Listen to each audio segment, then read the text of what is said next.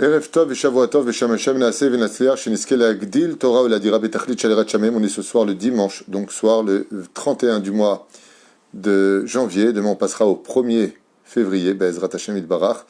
Et on est le 19, puisqu'on est déjà le soir. Shvat Lechaim Tovim ou Shalom. On avance et on s'avance vers le mois du sourire. Mishinichnas Adar Marbim Besimcha Be'ezrat Hashem Yitbarach. Shiur acheté par Dan Alouche pour l'askara de sa maman, Zechlona Ibracha Viviane Bat Dina, que le mérite de ses études fasse monter sa neshama, Mamash Kezora Keba Shamaim, Ufren Kol Mete Israël, Hashem Atov Jo, Georges Eliaou Ben Simcha Alice, Mishpachat Amar, Jane Bat Finja, Bezrat Hashem, Yuget Shira Chaya Bat Ivan Mesaouda, Myriam Bat Simcha Zerbi, Michel Simcha Bat Esther David, Eli Baruch Ben Marcel Michal, עליהם השלום, רוח השם תנחם בגן עדן עליון, וכן יהודה סיני בן אליהו, ג'ירר גרוליק, ציפורה בת זליגמן, Denise Simcha Bat Lola, je l'avais déjà dit, ou l'élève Elfaf Denim, une grande fois shlema pour tous les malades d'Israël. On commence dès maintenant notre shiur Be'ezrat Hashem Yitbarach, et surtout une très très grande réussite pour tous ceux qui nous soutiennent ou qui soutiennent la Torah, même d'autres yeshivot, amutot, kolelim, que Dieu vous bénisse sur tous vos chemins.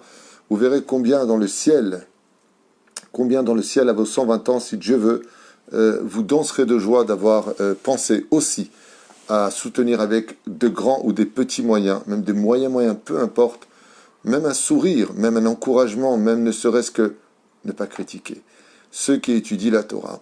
Et que chacun fait comme il voit la vie avec son Rav. Si tu penses qu'il faut que travailler, étudier, fais-le. Si tu penses que tu dois que étudier, étudie. Haïkar, qu'il y ait le shalom. Zéaïkar chez Baïkar, c'est pour cela que, comme beaucoup de gens m'ont demandé de faire un cours sur le shalom, parce que ça explose beaucoup dans les familles, il y a beaucoup de problèmes de shalom, eh bien les gens me donnent Rav Tutu, faites un cours sur le shalom, même si on en a déjà fait.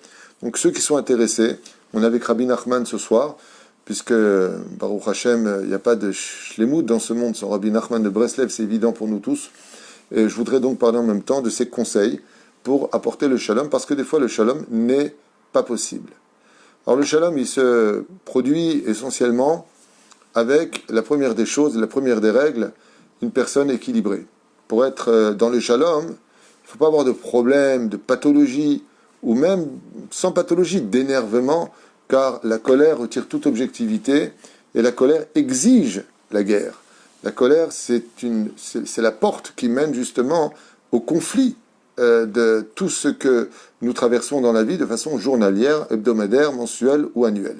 Ce sont des choses qui nous frappent de façon soudaine et puis notre esprit n'est plus apte à pouvoir convenir d'une parole qui va construire, mais exactement son contraire.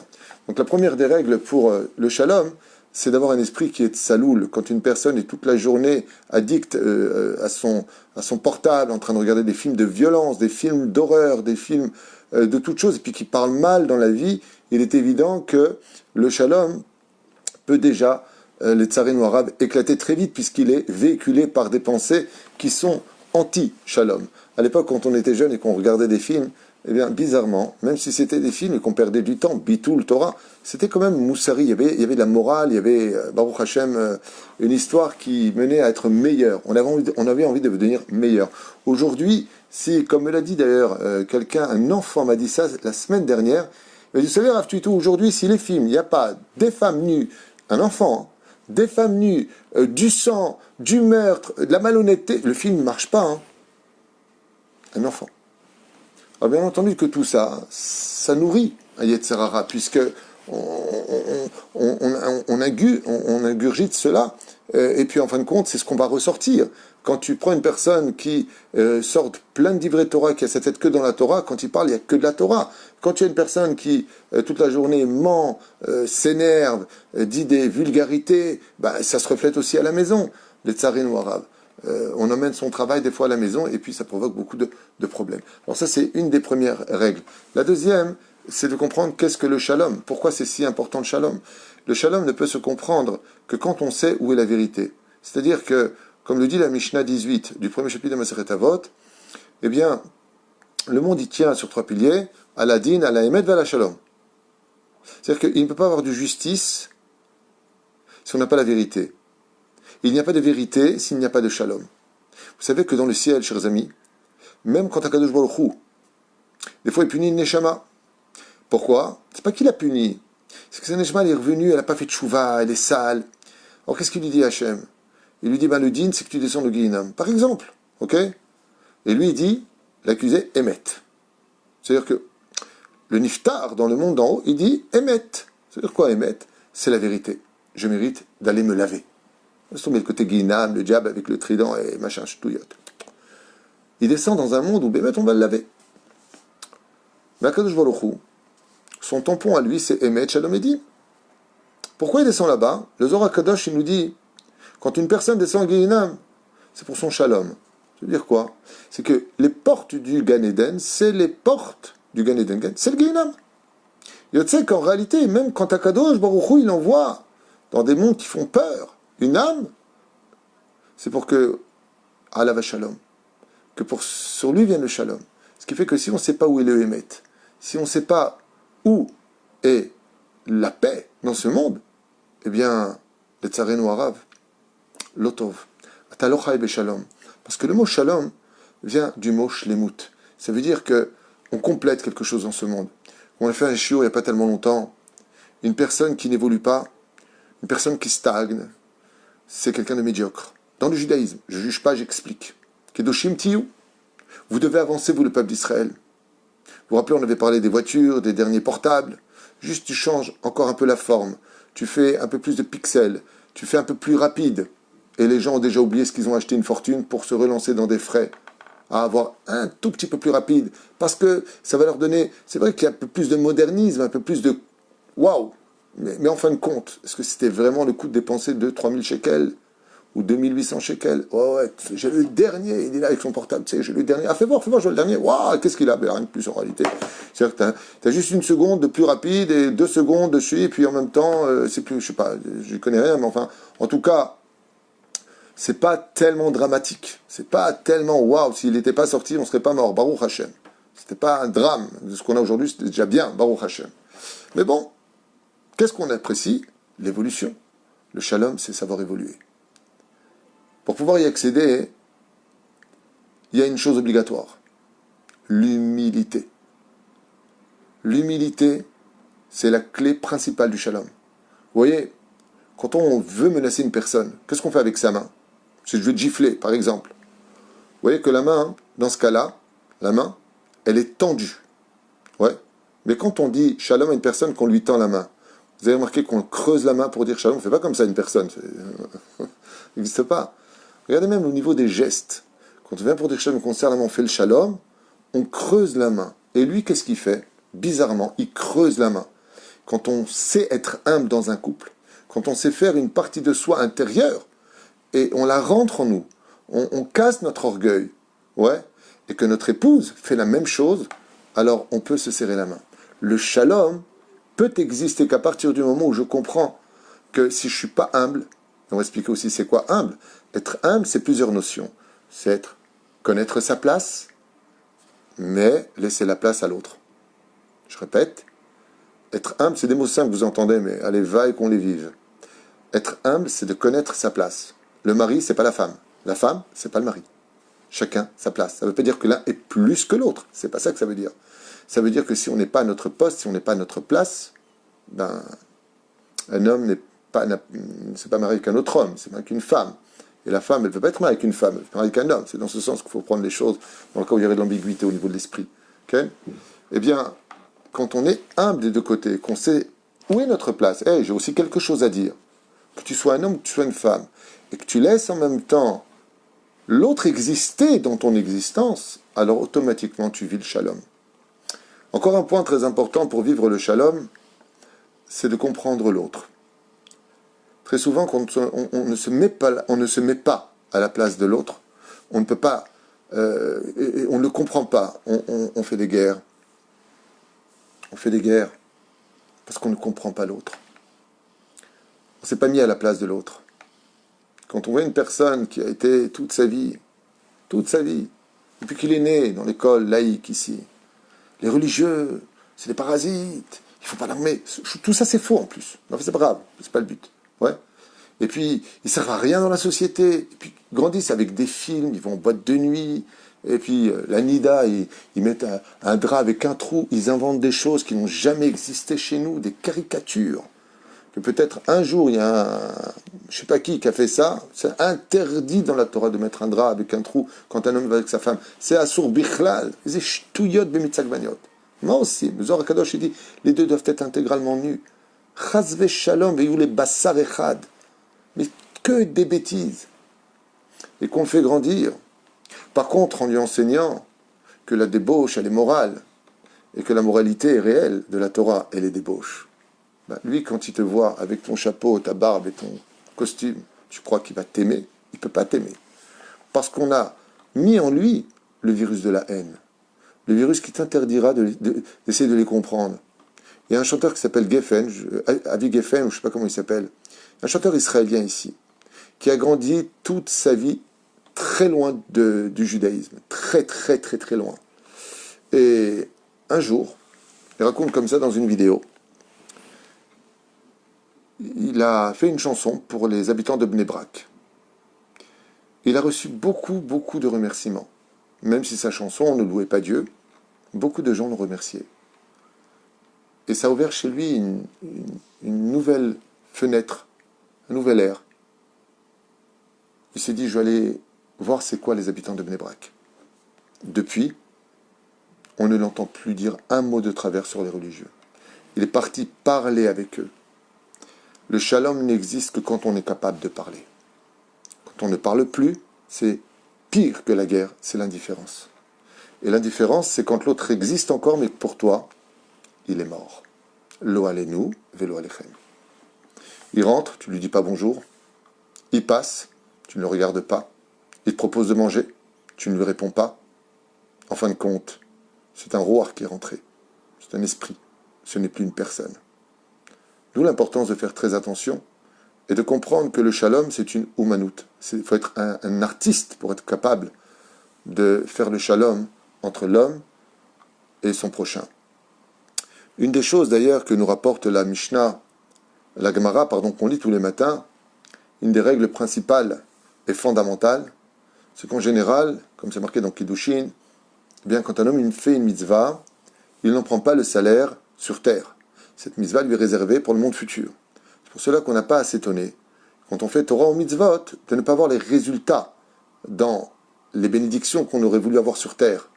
C'est sûr, on aurait préféré que, voilà, j'ai fait ça, j'ai donné ça, j'ai prié, j'ai fait, bravo, Noaz, toujours pas de meilleure mascorette, toujours à la panime, toujours malade, à nous, à quoi ça sert? Nachon, Akadosh Baruch Hu, toutes les mitzvot que l'on fait, il nous les garde pour là où il faut. Pourquoi? Les mains d'Avardomé, à quoi ça ressemble? Ça ressemble à celui qui doit faire le championnat du monde de boxe. Il monte sur le ring, et puis, s'il gagne le combat, il prend 15 millions de dollars. 15 millions de dollars. Alors il est en train de se battre sur le ring. Il se bat, le mec, il n'en peut plus, il prend des coups, il en donne, il percute, la totale. Ouais. Sauf il gagne le combat. Et là, il lève les mains, l'arbitre Kol HaKavod, et qu'est-ce qui se passe?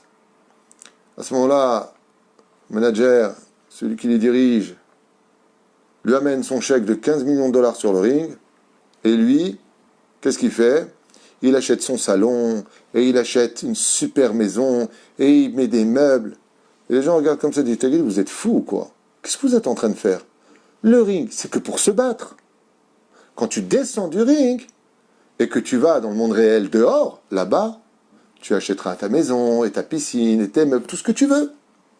Ainsi est le monde dans lequel on vit. Adam la Moliulad, le monde dans lequel on est, c'est un ring. On est là pour se battre. Le chèque, c'est quand tu descends du ring, quand tu quittes ce monde, tu vas dans la vie réelle, le monde réel, là-bas tu prends ton salaire. Là-bas on te donne tes 15 millions de dollars et là tu peux t'acheter tout ce que tu veux. Mais si ta vie c'est de dire, moi c'est sur le ring sur lequel je me suis battu que je veux mon salaire, ben d'abord c'est trop petit pour ton salaire parce qu'un ring c'est petit. Quel meuble tu peux mettre? Un salon et une table. C'est une image, ce que je dis bien sûr. Ainsi est la vie dans laquelle on vit. Là on est là pour se battre, on se tape. Puis quand la personne elle part, elle descend du ring, champion du monde, bravo, Kol HaKavod. T'as fait Torah, t'as fait mitzvot, tu t'es pas laissé influencer. Ça s'appelle réussir sa vie. Malgré tout, Boré Olam, dans sa grande miséricorde, il nous a accordé des mitzvot. Tu as non seulement le salaire, en deux mots, sur terre, mais tu l'as aussi dans le monde futur. Comment c'est possible? Il dit oui. Toutes les mitzvot qui touchent au shalom, quand un homme va prier, à la bête à Knesset, il se lève le matin. Bon, là, on est dans une pandémie, c'est un peu difficile. De façon générale, Ken. Et comment finit la Mishnah? Vous vous rappelez pour aller vite, Ken? C'est shalom ben adam la havero ou ben ish le ishto. Bikocholim, tout ça, bien sûr. Visiter les malades. Pourquoi? Ça fait le shalom. Ombrim Chazal. Celui qui fait le shalom entre un homme et son prochain. Ou ben ish le ishto. Le salaire qu'il prend de la mitzvah qu'il a fait, il en profite et dans ce monde et dans l'autre, comme le Zékou Yarabim par exemple, donner du mérite aux autres personnes, soutenir la Torah dans notre pays, ne pas donner de la force à ceux qui veulent retirer la tradition juive dans ce pays. Okay? Ça c'est notre responsabilité. Celui qui agit en conséquence, c'est un homme de shalom. Et quand le shalom est sur lui, et qu'il part de ce monde, alors on dit « Alav ha-shalom ». Vous vous rendez compte que la seule chose qui nous reste à dire comme Toar d'une personne qui part dans ce monde, le Toar, ça veut dire le titre, le honorifique, c'est Allah va shalom, qu'il repose en paix. Que la paix soit sur lui. Mais cette paix-là ne peut exister que si tu as pris avec toi les éléments nécessaires pour vivre ce shalom si important et si précieux aux yeux de Dieu. À quel point c'est important aux yeux de Dieu. Amar Akadosh Baruch Hu. Si un homme il doute de sa femme, et que pour cela il devra faire l'examen de l'eau lustrée, Meisota. Il devra écrire mon nom et il effacera. On n'a pas le droit d'effacer le nom de Dieu. Si on n'a pas le droit de le prononcer, alors l'effacer, sourd. Il dit à Kadosh Baruch Hu, tellement le shalom est grand pour moi, tellement le shalom est important pour moi, ouais, que moi je suis prêt à effacer mon nom. Efface mon nom, il dit Hachem. Efface-le. C'est une mitzvah, si tu l'effaces, c'est que ça fait le shalom. Riyak shichyu beshalom. Kama chashuv shalom. La Gemara nous raconte qu'une fois Rabbi Meir Ba'alanes alav shalom, alors qu'il avait un peu tardé dans son shiur, les hommes étaient devant et les femmes étaient derrière un rideau. Et parmi les femmes qui étaient là-bas, une femme mariée s'était attardée pour entrer à la maison. Et le mari qui n'avait pas encore mangé s'est mis dans une grande colère. Il savait que sa femme était partie à un cours de Torah, pas un pub ou une discothèque. Il savait. Mais quand il a vu l'heure, il est rentré dans une colère noire. Et Rabbi Meir s'est rendu compte de la chose. Qu'est-ce qu'a dit cet homme à sa femme? Alors qu'elle tapait à la porte pour rentrer, et que le mari était à l'intérieur, il lui a dit « Tu ne rentreras dans la maison que quand tu iras cracher sur le visage de ce rave. Sinon tu rentres pas. » Rabbi Meir venait à l'instant de rentrer dans la rue et il a entendu les hurlements de la colère de ce mari. Qu'est-ce qu'il a fait? Il y en a qui disent Roi HaKodesh, il y en a qui l'ont entendu, peu importe. Il dit maintenant, comment une femme va cracher sur le visage d'un Tamid Chacham? Celui qui dit du mal d'un Tamid Chacham, même si le Tamid Chacham il pardonne, Dieu ne pardonne pas. Regardez ce qui s'est passé avec Korach, qui a osé dire un mot travers sur Moshe Rabbeinu. Il lui dit oh, c'est bien que vous soyez là. Vous savez, j'ai une poussière ici dans l'œil. Vous pouvez cracher, s'il vous plaît, dedans. Vous pouvez cracher, parce que il faut vraiment l'enlever. Et j'ai beau souffler, il n'y a rien à faire. Et la femme, vous êtes sûr? Elle dit, madame, respecter un rave, c'est faire ce qu'il demande. Et à ce moment-là, la femme lui crache quelques petits poustillons comme ça dans l'œil de Rabbi Meir. Et le mari regardait par la fenêtre. C'est parti, Rabbi Meir, il a répondu, Kama Gadol HaShalom. Je préfère, dit Rabbi Meir, qu'on me crache au visage que de savoir qu'un couple est en train de se déchirer, que de savoir qu'un couple est en train de se séparer. Omer et Ragmara, Kama Kasha Girushin, que le misbéach dans le monde d'en haut, dans le troisième temple, Boché, les pierres de l'autel du misbéach pleurent quand un couple se sépare. Et pourquoi ils pleurent? Quel rapport entre le misbéach et le couple qui se sépare? Quel rapport? Misbéach, c'est misbéach, nous c'est nous. C'est du minéral, les pierres. Et nous, on est des humains. Comment tu fais une ashva pareil? On rime la noura beauté, nous. Le misbéach, justement, c'est ce qu'il dit. Il dit, moi, je suis du minéral. Toute la journée, on met sur mon dos des corbanotes, et on tue des animaux. Pourquoi? Parce que lui, il a fauté, lui, il a fait ça, lui, il a fait ça. Mais moi, dit les pierres, j'ai rien fait. Et pourtant, c'est sur mon dos à moi que le sacrifice se pratique. Et toi, qui as une responsabilité dans cette dispute, parce qu'on n'a pas 100% raison, l'autre 100% tort, automatiquement, enfin de façon générale, tu ne peux pas supporter. Alors il a crié, alors il t'a dit, bon, il a... Uf. Quand je dis une des plus grandes qualités de ce monde pour le shalom, celle qui, pour moi, est la plus grande qualité du monde, moi personnellement, qui dépasse tout, parce que vous savez pourquoi? Parce que cette qualité-là, que je vous souhaite à tous, c'est la qualité qui est empreinte de toutes les meilleures vertus d'un homme. Vous savez de quoi je parle? Grâce à Dieu, j'ai eu le bonheur d'épouser une femme qui a cette qualité. Mon épouse Valérie, qui fait bientôt son anniversaire le 5 février, si Dieu veut. Elle a cette qualité, comme d'autres personnes que j'ai entendu faire, d'arrondir les angles. Je vous donne un exemple. Des fois, à la maison, à table, pour X raison, il y a des gens qui sont un petit peu énervés, un peu excités, puis ils vont penser ce qu'on déteste le plus, des pics. Bah, les pics, tac, qui rentrent dans le cœur. Et encore, pas qui rentrent dans le cœur. C'est pas méchant, c'est juste des pics. Vous savez, c'est quoi un pic? Comme souvent dans les discussions, il dit « Ah, ça va, parce que je t'ai piqué. » Alors, une fois, ça s'est passé à côté de moi, j'ai dit à une personne « Dis-moi, t'as déjà réussi à marcher avec une écharde sous le pied ?» Il m'a dit « Ah non, je boite. » Je dis « Pourtant, c'est juste un pic. C'est un petit pic, c'est rien, c'est tout petit. Mais ça paralyse tout un corps. Sourd de faire ça. On n'a pas le droit de piquer les gens. On n'a pas le droit de charrier les gens. C'est assourd. On n'a pas le droit de se moquer des gens. Assourd. T'as que ça à faire dans la vie, de descendre l'un, de descendre l'autre, à faire des comparaisons. De toute façon, t'es une tordue comme ta mère. C'est du moti shemra. Là, tu viens de perdre. Toutes tes mitzvot, tu les as données à la belle-mère. Et toutes ces avérotes, tu les as pris parce que t'as dit quoi?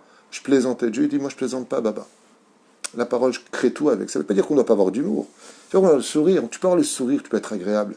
Mais ça ne te donne pas le droit de faire du mal. Ça ne te donne pas le droit de piquer les gens. Et cette qualité-là, vous savez ce qu'elle fait? Au lieu de démarrer une énorme dispute, oui, il y en a marre, non. Il y a des gens qui ont une qualité rare, que je souhaite à tout le monde. C'est qu'ils rendent presque marrant le pic qui a été donné. Je racontais un truc qui s'est passé. On était à table. Et quelqu'un a dit, donc on était invité, pour ne pas rentrer dans les détails, on était invité, et quelqu'un comme ça a piqué en disant, mais punaise, mais t'as tout fini, quoi. Devant tout le monde, c'est un pic. Ça fait mal. Quand tu dis ça, il y a du monde, j'ai honte. Quoi, t'as tout fini? Et la personne a répondu avec un grand sourire, ah bah t'avais qu'à pas faire un plat aussi bon. Hein. Et la personne a rigolé, tout le monde a rigolé. C'est juste un petit exemple, c'est rien. Il y en a plein d'exemples. Je ne vais pas raconter tout ce qu'on vit, mais il y a des gens qui, pour un tout petit mot, hop, ils ont oublié qu'il y a plus important qu'eux. Il y a la shrina, il y a le shalom, et que c'est une épreuve pour lui. Celui qui sait arrondir les angles, celui qui ne va pas tout retenir, alors il sera jugé dans le ciel de la même façon. Mon beau-frère Jojo, Amar, Georges Amar, Eliaou Ben Simcha Ayakar, il faisait partie de ces gens-là. Tu lui lançais des pics. Il rigolait. C'est pourquoi il rigolait pas comme un idiot. Il rigolait en arrondissant ce que tu avais dit. Il va tout simplement donner un peu d'humour à cette pointe, comme si on prenait une lime, et on enlève ce pic, et on va le rendre un peu plus rond. Et pour cela, il faut avoir une qualité. L'humilité, la simplicité, et surtout une des plus grandes dans cette génération armes qui nous permet de vivre sans ulcère, ne pas prendre à cœur. Pas prendre à cœur. Parce que les gens sont bêtes, les gens sont fatigués, mais les gens ne sont pas profondément mauvais. Il y a toujours quelque chose en eux qu'on peut rééduquer, qu'on peut ramener avec le temps, avec la parole, avec la gentillesse. Si Dieu a cru en son peuple, nous, on a l'obligation de croire au peuple d'Israël. Et la reine B'Siata d'Ishmaïa, il est très important de comprendre que surtout dans notre génération, la hardoute, c'est le shalom. Et le shalom, c'est la hardoute. Pour pouvoir y arriver, pour pouvoir y accéder. Comme je dis l'an dernier, ils font Yom Ha'atzmaut, ils font pas Yom Ha'atzmaut. Ah, ils font pas Yom Ha'atzmaut. Mais des disputes de stupidité, mais stupides, même des rabbinim, j'ai entendu. C'est pas méchant ce que je dis, mais bon, et ceux qui font pas, alors Yom Ha'atzmaut, tu veux que je te dise ce que je pense, moi? Tu veux que je te dise ce que je pense, moi, de mon étude, quand je regarde mes livres? Tu veux faire Yom Ha'atzmaut, fais-le, la briout, mange, danse, kiffe. Lui, il voit pas Yom Ha'atzmaut comme toi, parce qu'il pense que le retour des enfants d'Israël a mené une destruction spirituelle dans le pays. C'est comme ça qu'il voit les choses, c'est comme ça qu'on les lui a son lit. Il va changer un jour, peut-être Bezrat Hashem. Lui, il pense que Yom Ha'atzmaut, c'est un homme. J'ai entendu aussi un rave de l'autre côté qui a dit, mais on ne peut pas être religieux et fêter Yom Ha'atzmaut, faut être un Maharet. C'est d'ailleurs. J'ai répondu, toi tu fais pas, Baba, ben ne fais pas. Il y en a qui font. En quoi ça te dérange? Je parle pas de Yom Ha'atzmaut, mélanger les filles et les femmes. Je parle de, il veut fêter Yom Ha'atzmaut. Moi, quand j'étais à Otsar, Torah en France, à Créteil, à l'époque, j'étais rentré en tant que professeur, j'avais là-bas les secondes et les terminales. Quatrième, pardon, seconde et terminale. C'est les 3 classes que j'avais. J'étais aussi professeur dans le 13e arrondissement, place d'Italie, je crois. Je ne me rappelle plus. Enfin, peu importe, aussi à Otsar, Torah là-bas, j'avais les CM1 et CM2. Et quand est arrivé Yom Ha'atzmaut, alors les rabbinim qui étaient présents là-bas se sont un peu opposés au fait que l'on fête Yom Ha'atzmaut. Et je leur ai dit, vous savez, je suis Haredi dans l'âme. Haredi veut dire pour moi respecter la Torah et les mitzvot. Mais je fais aussi partie des gens qui veulent voir le bon côté des choses. J'avais été voir le directeur Marciano à l'époque, qui était directeur de Otsar Torah, je sais pas, que Dieu lui donne bonne santé, je ne sais pas où il est aujourd'hui, mais c'était un très très bon directeur, que j'aimais particulièrement. Un homme droit, gentil, vraiment. Baruch Hashem. Et je leur ai demandé comme ça, j'aurais dit, regardez, on a fait une réunion des professeurs, pour pas qu'il y ait de guerre, et je leur ai dit, écoutez, vous ne voyez pas un abruti comme en face de vous, vous voyez bien que je suis quelqu'un qui a la tête sur les épaules. Je vous demande de me faire confiance. Il y a eu un vote, et le directeur Marciano a donné son approbation.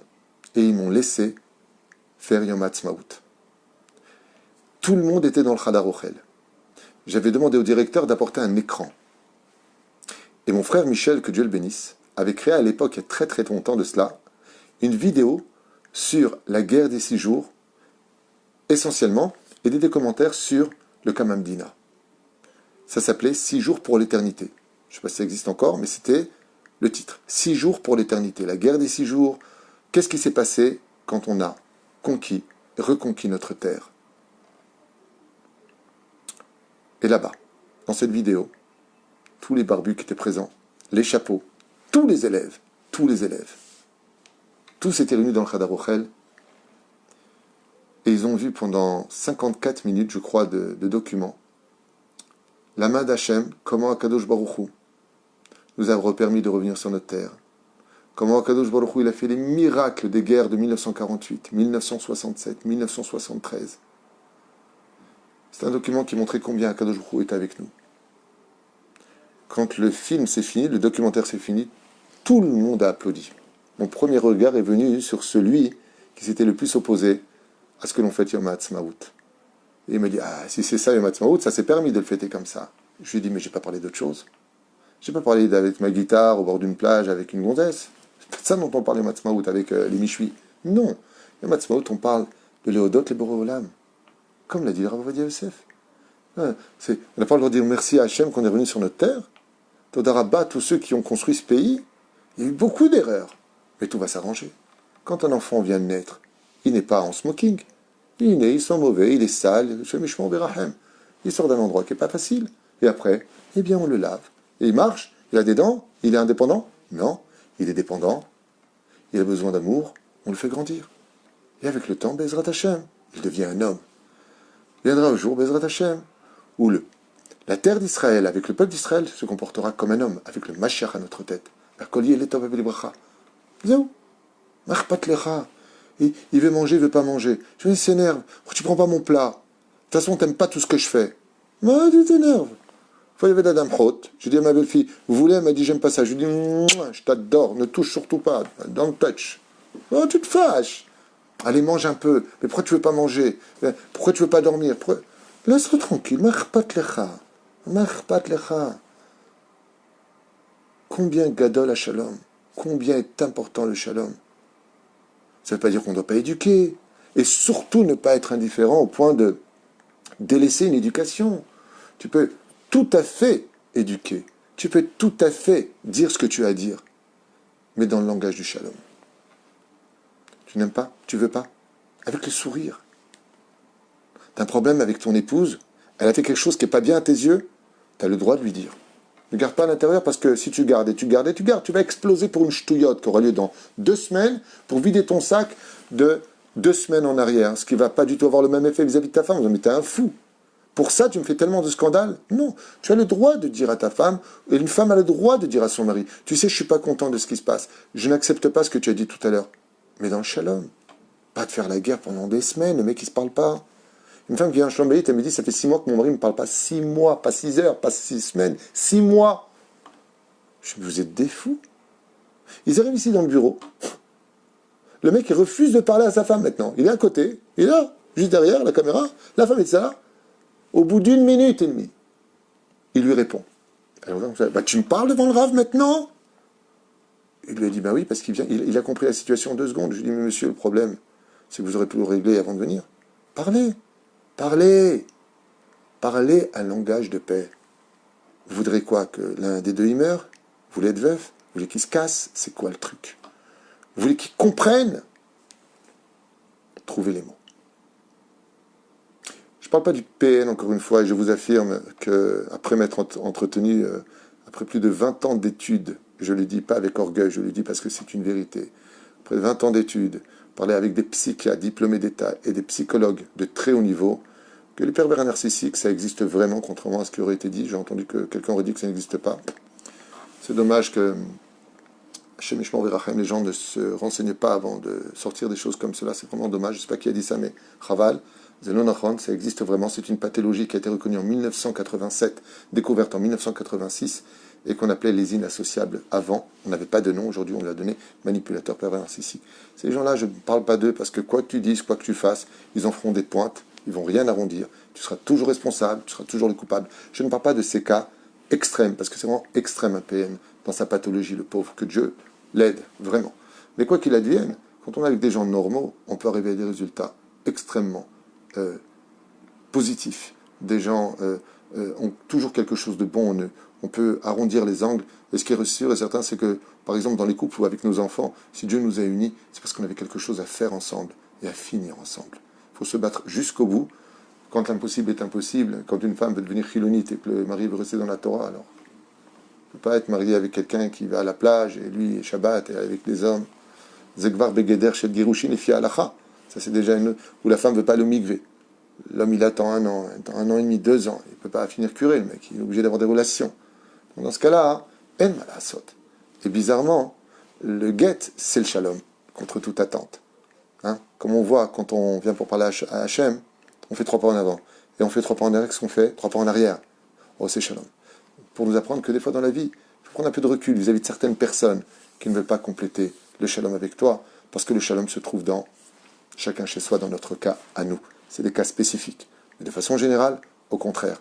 Il n'y a pas plus grand que Achnasat Orchim, il n'y a pas plus grand que de dire shalom. À un tel point, pour Rabbi Yochanan ben Zakkai, les Chachamim nous disent dans la Gemara, le olam lo ikdimehu shalom. Personne n'a devancé Rabbi Yochanan ben Zakkai pour lui dire shalom. Il disait shalom aux juifs comme aux non-juifs. Kol kach hashuv shalom. La reine Bezrat Hashem, ce shiur a été fait et donné pour l'élévation de Viviane Baddina, Aléa Shalom, qui nous a quittés et qui a laissé de beaux enfants, Dan Alouche, Ishtov, Chacham, Navon, Baruch Hashem, Oave Torah, Marzik l'homme de Torah, qu'Akadosh Baruch Hu bénisse lui, son épouse et toute sa descendance, Bezrat Hashem, Mitorch Ar Ben Israël. On se revoit à l'instant, tout simplement, pour le 2e shiur sur Rabbi Nachman de Breslev, qui lui va par contre nous donner des patantim, des astuces pour amener le shalom, des enseignements qui valent de l'or, juste à retenir à vie, parce que, pour finir, la Géoula n'attend qu'une seule chose de nous, le shalom. Un père ne rentrerait pas dans la maison de ses enfants s'il entend des hurlements, des insultes dans cette maison. Il dit, oh là là, j'ai honte, je vais les voir, ils vont avoir honte. Moi, j'ai honte. Alors qu'est-ce que fait le père? Il s'en va. Comme ça dit Akadosh Baruch Hu. Je viens quand? Je viens quand vous serez en paix. Une maison qui vit dans le shalom, la shrina, elle est là-bas. Une maison qui vit dans les insultes, dans la guerre, sachez qu'elle est remplie de démons. Shindalet, Hashem Shmor Verahem. Tout ça pourquoi? Parce qu'on est à bout. Alors fais le tri. Je donnerai encore une dernière idée comme ça avant de vous quitter et de vous rejoindre pour le prochain shiur. J'ai dit à une rabbinite il n'y a pas très longtemps qui m'avait appelé par rapport à un sujet. Et elle m'a dit, mais comment on fait dans ce cas-là? Psychologiquement, comment on fait pour s'en sortir? Car elle a beaucoup de soucis. Je lui dis, tu sais, l'esprit d'un homme, c'est comme une armoire. Si tu mélanges les pantalons avec les chemises, dans les chaussettes, les slips, les t-shirts, les tzitzit, tout est mélangé dans la même étagère, où tout est balagan, il est évident que tu vas vite t'énerver parce que quand tu vas vouloir sortir un pull, tout va tomber. Parce qu'il est mélangé dans d'autres choses et il n'est pas rangé. Mais quand dans ton esprit, c'est comme dans une armoire bien rangée, tu t'énerves pas, tu veux des chaussettes, tu tires le tiroir, elles sont là. Les slips sont juste à côté. Les cravates, tu ouvres la porte, c'est là. Tu veux un t-shirt, c'est là, c'est empilé.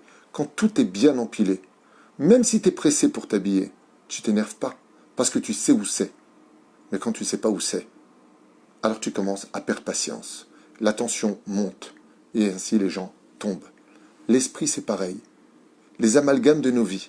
Le petit a été très dur toute la journée, une mauvaise nouvelle au téléphone, un truc qui va pas. Et nous, on rentre avec des amalgames.